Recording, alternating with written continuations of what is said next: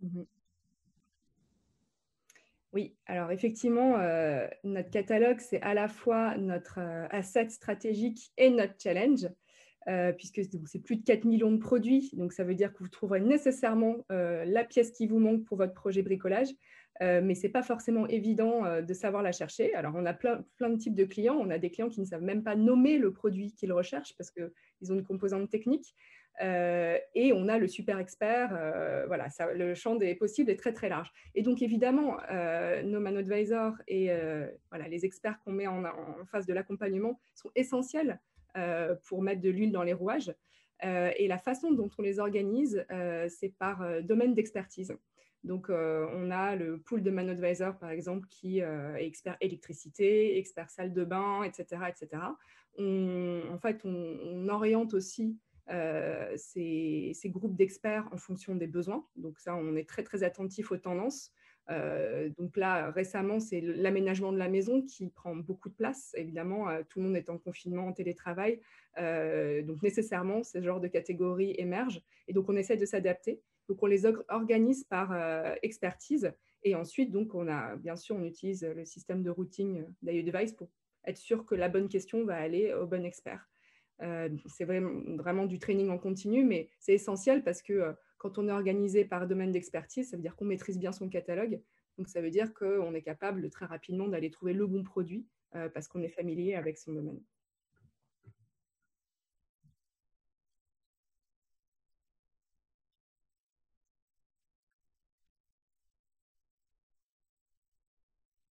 Mhm.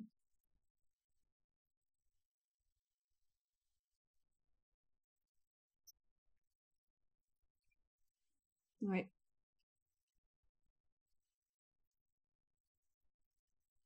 ouais.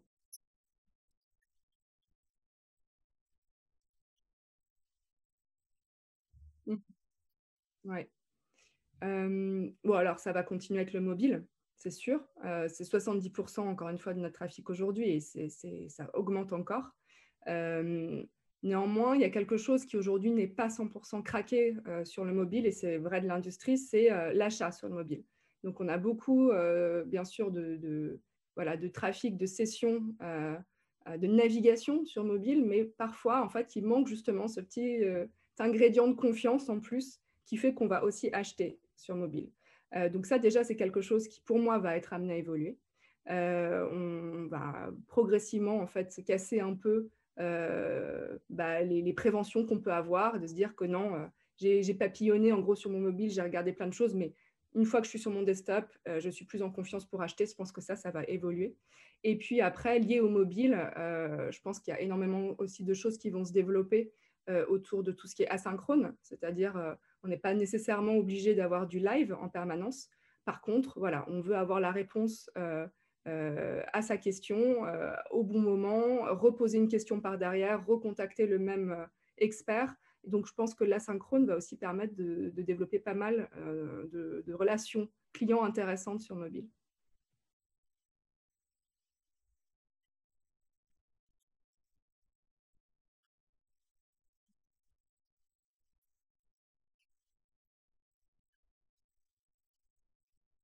Ouais, c'est une très bonne question.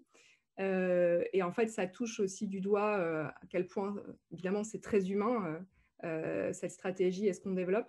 Donc aujourd'hui, Mano Mano, c'est 5 pays, France, Italie, Espagne, UK, Allemagne.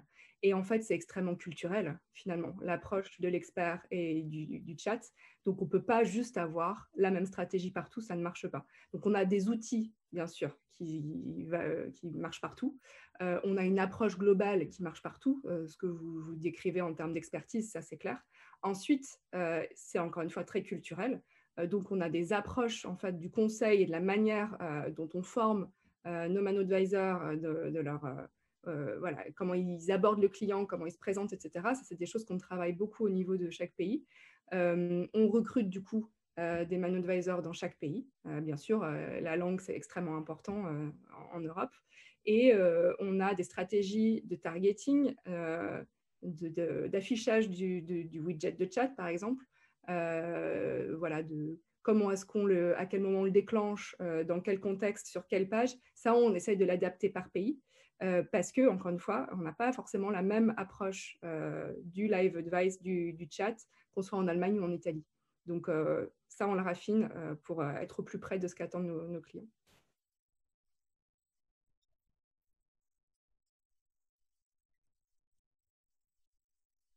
Mhm.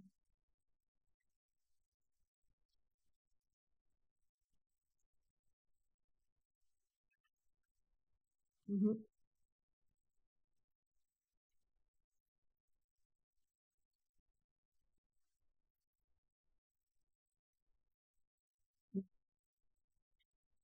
Ouais. Bon, je pense que là, je suis bien placée pour répondre, parce que ma réponse, ça va être, c'est le produit qui gère ça. Donc, typiquement, la fonction que je fais et donc toute l'équipe produit de Mano Mano, on est vraiment là pour être au centre des problématiques techniques et des problématiques business et d'orchestrer un peu comment ça doit se développer et se dérouler. Donc, nous, d'un côté, on a une relation très très forte avec les équipes business, les équipes Ops par exemple, quand il s'agit de gérer des communautés de Mon Advisor, pour comprendre exactement quels sont les besoins, les interpréter et ensuite les traduire côté tech et définir voilà, des roadmaps de développement et quels sont les grands axes qu'on doit prendre et des méthodologies. Je n'avais pas parlé juste avant de tests et de tout ce qu'on peut faire, ça c'est au cœur de la méthodologie produit. Donc là, c'est plus pour vraiment le développement de long terme, de nouvelles fonctionnalités, etc. Pour ce qui est des bugs en particulier, c'est un peu la même chose en fait, puisque tout est une question de savoir prioriser quels sont les bugs les plus importants, quels sont ceux qui ont le plus d'impact et trouver voilà, des manières de les résoudre qui conviennent à tout le monde. Donc, c'est aussi vraiment le rôle du produit d'essayer de faire cette analyse et de garder un peu la tête froide pour que tout se passe bien tout au long de la chaîne.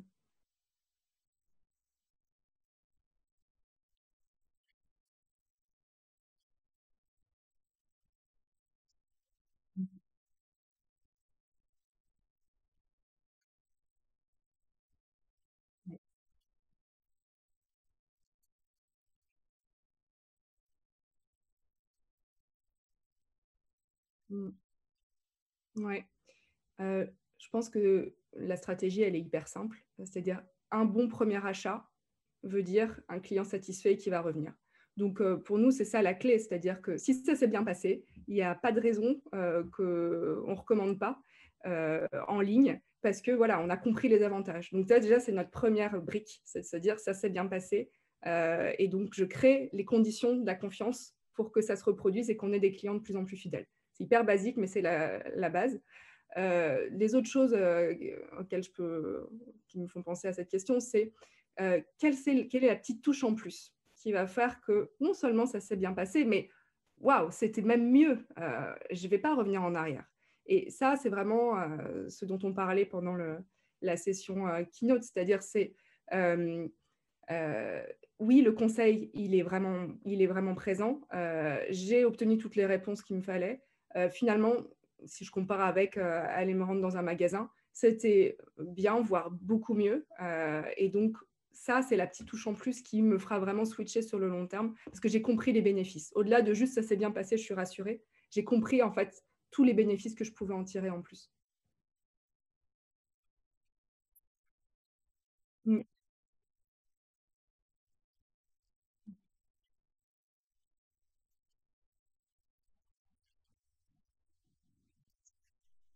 absolument.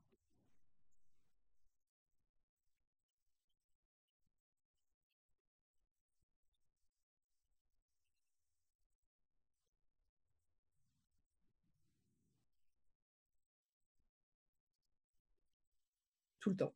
Je pense que c'est les lectures les plus intéressantes qu'on puisse faire. Et la facilité avec lesquelles on peut accéder à ces conversations et comprendre ce qui se dit, c'est essentiel. Donc oui, tout le temps. Et ça, c'est quelque chose qui est partagé par plein de personnes dans l'organisation. En premier lieu, c'est vraiment ce qu'on attend des product managers et donc notamment ceux qui travaillent sur toute cette partie conseil accompagnement.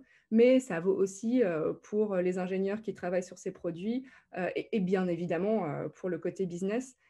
C'est une source d'apprentissage infini Et pour moi, c'est la base de notre inspiration.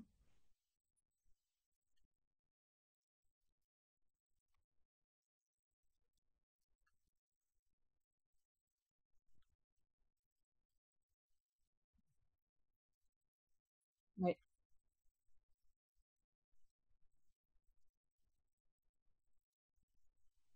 ouais. Très, très bonne question. Hem, alors, la façon dont, en fait, dont on utilise, nous, les bots et on pense que ça peut vraiment, vraiment rendre service à des moments essentiels parce que tout ce qu'on se décrit, donc la place de l'humain, le rôle de l'expert, et du conseil, ça ne marche que si, on arrive à le mettre à l'échelle. Quand on parle de l'hypercroissance, de mano mano, il faut aussi être réaliste sur les outils qu'on utilise et vraiment apporter le conseil qui va pour une grande, grande partie de nos utilisateurs qui le demandent. Et donc, pour nous, le bot, déjà, en premier lieu, il sert à ça. Il sert à qualifier les questions, les besoins des clients pour orienter vers la bonne personne. Ça, c'est la première étape et c'est déjà essentiel et ça rend un service fou. Donc, on a cette partie-là qu'on utilise déjà, donc vraiment de qualification des besoins. Et ensuite, en fait, je pense que le bot, il a de la valeur sur plein de questions. Je pense notamment à des problématiques d'after sales, de où est ma commande, etc. Où là, on a un enjeu d'efficacité et d'obtenir très très vite une réponse. Donc, autant la faire délivrer par un bot. Donc, je miserai plus là-dessus là, dans les mois à venir. Plus que sur vraiment l'expertise et le conseil plus avant-vente dont on a pas mal parlé, où là, voilà, c'est très important d'avoir cette relation avec un humain et de confiance pour nourrir quelque chose sur le long terme. Mais pour moi, le bot, il y a énormément d'opportunités derrière pour tout ce qui est scale, en fait, et c'est essentiel dans le conseil.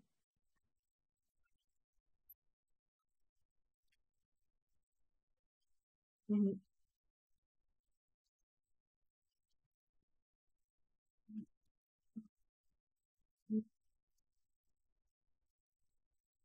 Ouais, on distingue les 2. Donc justement, par notre système de routing, on sépare les questions d'avant-vente et après-vente parce que c'est pas les mêmes équipes. Donc, après-vente, c'est une équipe en interne, de conseillers après-vente qui font notamment aussi beaucoup le lien avec nos marchands, hein, puisqu'on est une marketplace et on concentre vraiment l'expertise de notre verticale technique sur l'avant-vente et donc ça marche plutôt bien. On a bien entendu parfois des questions, d'après-vente qui se posent au ManAdvisor. Ils sont formés pour ça, mais c'est une minorité des cas. Voilà, on essaye vraiment de distinguer les compétences.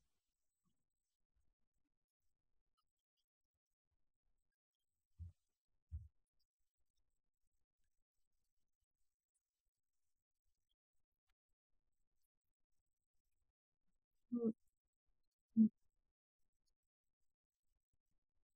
mm. Donc oui, ouais, l'après-vente des conseillers en interne, l'avant-vente, c'est des indépendants. Mm.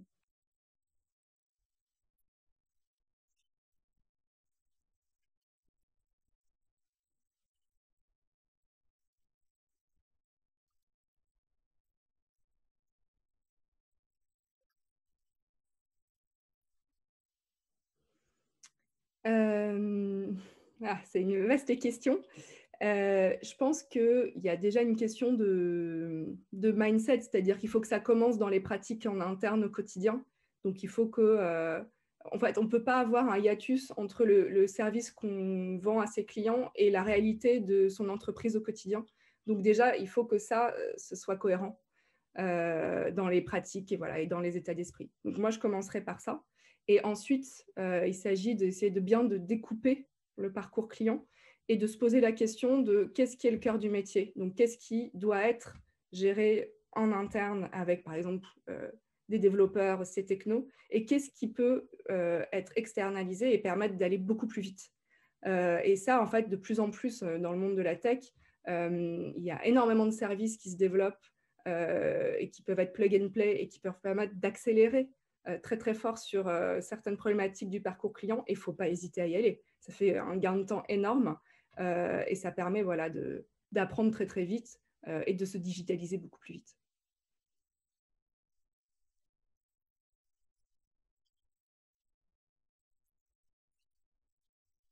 Oui.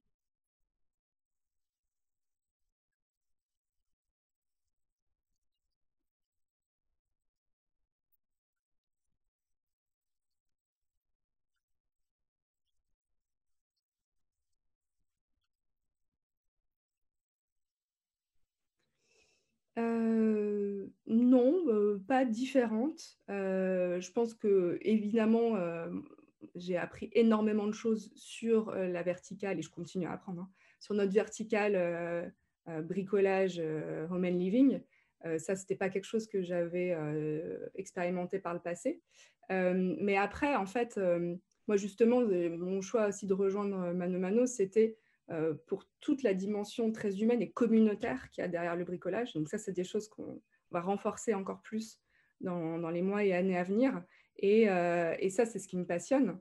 Et donc, finalement, la chance qu'on a chez Mano Mano, c'est d'être dans ce contexte de grande croissance et un peu d'autoroute de choses à tester, qui fait qu'on peut, en fait, justement s'éclater à faire des tests sur ça et à incarner vraiment cette vision.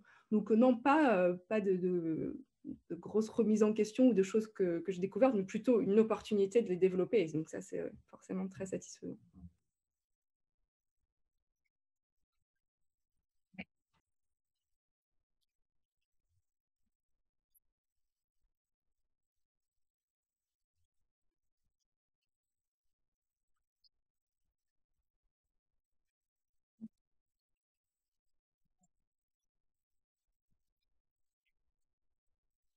Ouais, c'est une très bonne question.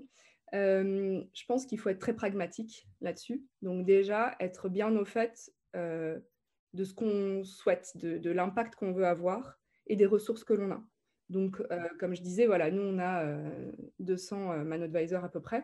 Donc, ce n'est pas infini. Donc, il faut déjà être très, très clair qu'il faut utiliser ces experts et leurs compétences à bon escient. Donc, être sûr qu'ils soient disponibles quand on les contacte. Donc, ça, c'est déjà la base de l'expérience qu'on veut apporter. Et la meilleure manière d'utiliser le mieux possible leur temps et l'expertise qu'ils peuvent apporter, c'est aujourd'hui par le chat parce qu'ils peuvent gérer plusieurs conversations à la fois, que c'est accessible partout sur le site.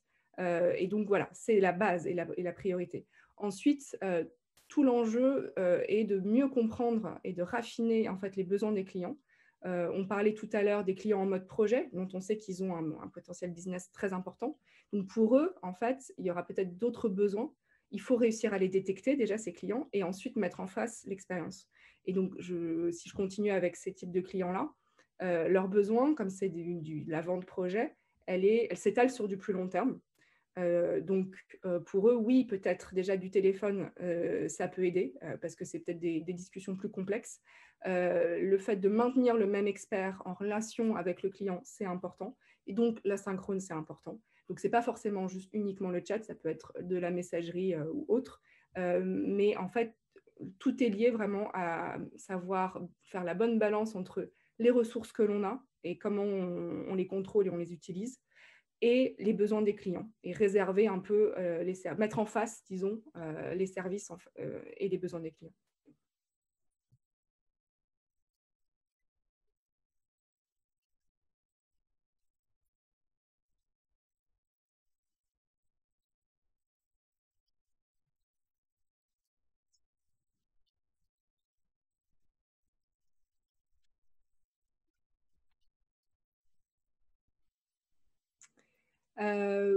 En fait, on l'a pas mal dit, mais pour moi, en fait, ce qui est essentiel à retenir, c'est à quel point, en fait, le rôle de l'humain et l'accompagnement, c'est cette petite touche en plus qui fait que le digital, c'est mieux, finalement.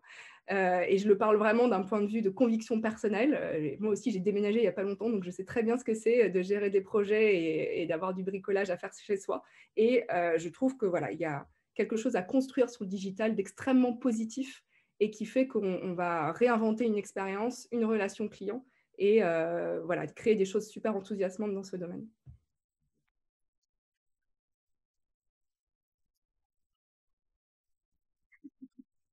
Voilà. À bientôt, bonne journée.